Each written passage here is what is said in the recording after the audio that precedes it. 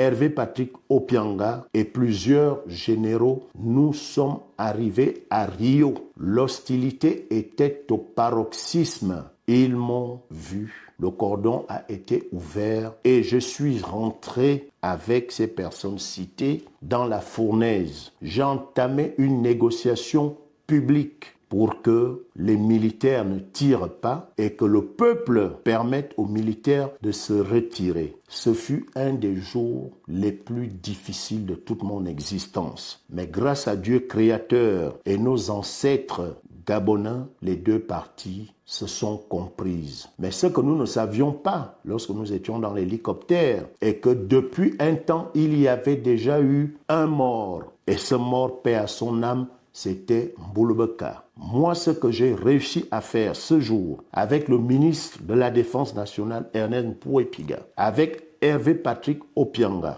et les officiers qui nous accompagnaient, était de faire en sorte qu'il n'y ait pas un carnage. Ce jour, le Gabon aurait pu sombrer. Alors, lorsque j'entends dire certaines choses, malgré la distance où je me retrouve aujourd'hui, je ne peux pas laisser cette infamie. Je ne peux pas laisser des personnes mal intentionnées raconter n'importe quoi. Je me dois donc de rétablir la vérité. Et lorsque je serai de retour dans quelques jours à Libreville, je me dirigerai vers le procureur de la République pour également porter plainte pour diffamation, diffusion de fausses nouvelles sur Internet et la suite. La justice devra faire toute la lumière. À mon frère Jonas Mulenda, je t'appelle mon frère parce que tu es mon frère. En effet, lorsque j'ai démissionné de mon poste de député, avant la campagne de Jean Ping, je me suis rendu en France, aux États-Unis, au Canada et à Londres. Et je me souviens bien de l'étape de Paris où j'ai été chaleureusement accueilli par toi et Désiré Nam. Depuis l'aéroport, ensuite nous sommes allés à ma chambre d'hôtel où j'ai résidé à Paris. Oui, tu es mon frère. Malgré tout ce que tu racontes sur moi, malgré toutes tes vidéos qui depuis un mois m'affichent et non pour seul protagoniste Bertrand Zibi, tu ne le seras jamais pour moi, tu resteras mon frère. Et lorsque, paix à son âme, tu as perdu ta maman, notre mère, j'ai été là pour que notre mère, ta mère, soit dignement enterré. Mon frère Jonas, si tu as un problème particulier avec le chef de l'État ou le régime gabonais, tu peux l'exprimer. C'est ton droit le plus absolu. Mais quand tu déformes la vérité, lorsque tu mets dans les cœurs des gens des mensonges, des inepties, je ne te le permettrai pas. Lorsque, lors de ton dernier live, tu affirmes que lorsque Meksan Akumbesi, ou du moins l'on a retrouvé des animaux égorgés à Rio, la veille de justement cette grande marche, que j'étais là avec Meksan Akumbesi, c'est la pire des injures que j'ai reçues. Simplement parce que je ne pouvais pas être avec cet individu qui disait à qui voulait l'entendre que j'étais son pire ennemi. Oui, Bertrand Zibabor a été le pire ennemi de Meksan Akumbesi au Gabon. Ensuite, pour ta gouverne, mon cher frère, je ne pratique pas le vaudou. Je vais même te surprendre. Je ne suis dans aucun cercle ésotérique. Je ne suis dans aucun cercle, aucun. Personne ne peut te le dire. Simplement parce que mes aïeuls, mes ancêtres, mes parents m'en ont strictement interdit. Ce qui guide ma vie est que Maadiki Ezakelak, Maadiki Ezakelak, Maadiki Ezakelak. Je te le répète 3 fois. Dans ton entourage, il y a des femmes. Ils te diront qu'est-ce que c'est. Ça veut simplement dire que je ne m'affilie pas à la souillure. Je crois à un Dieu et à nos ancêtres. Et c'est pour cette raison que je n'ai jamais été dans les ordres. Et je n'en ferai jamais partie. Donc, ce jour où il y a eu ce rituel que tout le monde avait vu, Bertrand Zibi n'était ni de près ni de loin mêlé à ce satanisme, à cette souillure, à cette saleté. Donc mon frère Jonas Mulenda, je ne pratique donc pas le vaudou, je ne fréquente pas les marabouts, je ne crois qu'en une seule chose, c'est le travail, c'est la vérité. Je pense que je me suis battu toute ma vie pour la justice. Je me suis battu toute ma vie pour la vérité. C'est pour cette vérité que, lorsque le président de la République, Brice Clotaire Oligui Nguema, a accédé au pouvoir, j'ai applaudi des deux mains. Et je continue d'applaudir le travail accompli par mon jeune frère. Je n'ai plus aucune ambition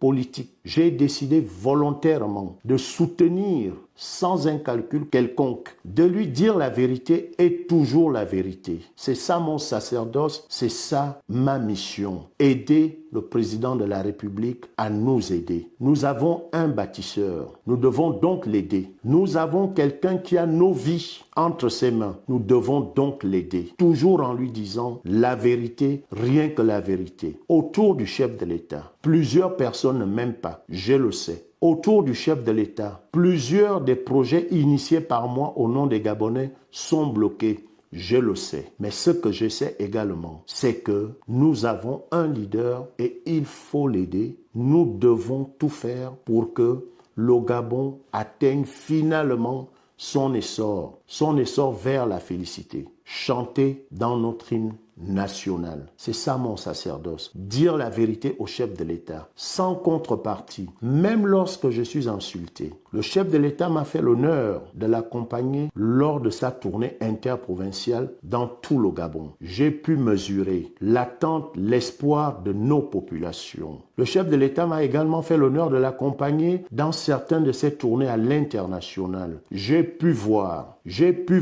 où nous discutions parfois avec nos compatriotes ou des investisseurs jusqu'à 4 heures du matin, 5 heures du matin parfois. Il a donc une volonté si manifeste de faire décoller notre pays. C'est ce que je pense. Et lorsque des fils de notre pays avaient des choses à dire et qu'il fallait que le dialogue prévaut sur la haine, c'est ainsi que le chef de l'État, lors de l'étape de Paris en France, m'avait désigné de contacter les activistes, nos frères et nos petits frères, qui ne sont pas tendres avec lui. C'est moi, Bertrand Zibabawa, qui avait appelé mon fils, que j'appelle affectueusement mon fils, Badekon en chef, lors de la rencontre avec le chef de l'État, qui avait duré plus de 2 heures de temps. J'étais là, je n'ai dit mot, mais j'étais content que deux fils d'un même pays se parlent. Ensuite est venu mon frère, petit frère, beau-frère, Okuma Kamitatu. Il n'a jamais été tendre avec moi. Il a fait des vidéos sur moi. Il m'a insulté, c'est vrai, mais la palabre se règle au corps de garde. C'est moi qui avais appelé mon frère Kamitatu pour qu'il s'asseye avec le libérateur du Gabon, Brice Clotaire Oligui Nguema. Et le jour, mon cher Jonas Moulin et les autres, et tout ce que nous pouvons nous dire, mais le jour, parce que je suis convaincu qu'il arrivera un jour où tu reviendras au pays, la terre de tes ancêtres, où tu devras discuter avec le chef de l'État. Je serai peut-être cette courroie de transmission parce que ce que j'ai hérité du corps de garde de Boutengas, d'où je suis issu, c'est la palabre. Discuter, trouver des voies et moyens, trouver le compromis sans que personne ne perde la face. Ce jour, Jonas Mulenda, je serai ton frère et je serai peut-être l'intermédiaire comme je l'ai été pour tous les autres. Mon soutien, il est personnel et je convainc autour de moi les Gabonaises et Gabonais d'adhérer à la politique du chef de l'État qui doit être celle du Gabon debout. Nous avons trop souffert. Nos invectives, injures et autres, nous pouvons les taire pour avoir des solutions. Ne me mêlez pas à ce qui se passe entre X ou Y. J'assume ce que je fais et je le dis haut et fort. Je ne suis pas hypocrite dans mes prises de position, mais je ne pouvais pas laisser dire. Je ne pouvais pas laisser faire et prospérer des mensonges sur ma personne. Le seul héritage que je voudrais laisser à mes enfants, c'est mon nom, c'est mon honneur. Je n'ai pas grand-chose, mais mon nom et mon honneur, je ne les brade pas. Lorsque j'étais en prison, Ali Bongo Ondimba, à plusieurs reprises, a envoyé ses collaborateurs discuter avec moi, négocier avec moi pour que je sorte de prison en me reniant contre des postes et contre de l'argent. J'ai refusé pendant 6 ans. Et lorsque j'ai refusé, mes conditions de vie en prison devenaient intenables. Et pour ta gouverne, mon petit frère Jonas Mulenda, la dernière personne qu'Ali Bongo Ondimba a envoyé discuter avec moi en prison lorsqu'il me restait 2 mois de prison. C'est le chef de l'État actuel, Brice Nguema, à l'époque commandant en chef de la garde républicaine. Pendant près de 4 heures de temps, le chef de l'État a discuté avec moi dans le bureau du général Effayon, qui est encore en vie. Pendant 4 heures de temps, il me portait le message d'Ali Bongo. Message d'Ali Bongo qui portait à m'indemniser sur plusieurs milliards de francs, à me nommer à un poste privilégié, un des plus élevés de notre pays. Et ce jour, les yeux dans les yeux, j'avais une fois de plus signé mon arrêt de mort. J'avais dit au général, mon général, je n'accepterai rien de tout ça. J'ai passé 6 ans d'emprisonnement ferme. Je vous demande 2 choses. La première est de remettre mon corps à ma famille si j'ai décédé en prison. Parce que je sais que cette fois-ci, ça va être la mort pour moi. La deuxième chose serait de garder mes enfants. Voilà ce que j'avais dit au général Oligui il y a 2 ans lorsqu'Ali Bongo l'avait envoyé discuter avec moi en prison. Je suis un homme de conviction, je suis un homme de parole, je suis un homme d'honneur. Et mon honneur est au-delà de tout mon être. Je ne suis ni mêlé à un quelconque crime rituel, je ne suis mêlé ni à une quelconque souillure. Mais lorsque l'on est dirigeant à un niveau moindre comme le mien, on l'assume jusqu'au bout. C'est ce que j'ai toujours fait. J'ai été un peu long. Je regagnerai ma terre natale dans quelques jours. Je te réaffirme ma position de famille vis-à-vis de toi. À tous ceux qui suivent, il y a certains commentaires désobligeants. C'est la vie, c'est la démocratie. Mais je pense que ce jour, si je n'avais pas pris sur moi d'aller supplier les personnes qui étaient en grève ce jour, si l'armée n'avait pas baissé les armes, nous aurions pu enregistrer un massacre dans notre pays. Et pour terminer, quelques jours après cette manifestation, alors que j'étais député à l'Assemblée nationale, j'ai reçu plusieurs officiers, sous-officiers, hauts gradés des différents corps de nos armes qui étaient venus me remercier solennellement ce jour en me disant « Monsieur Zibi, je ne sais pas qui vous a envoyé, c'est peut-être Dieu. Aujourd'hui, je serais peut-être mort ou j'aurais tué plusieurs personnes, mais Dieu vous avait touché ce jour.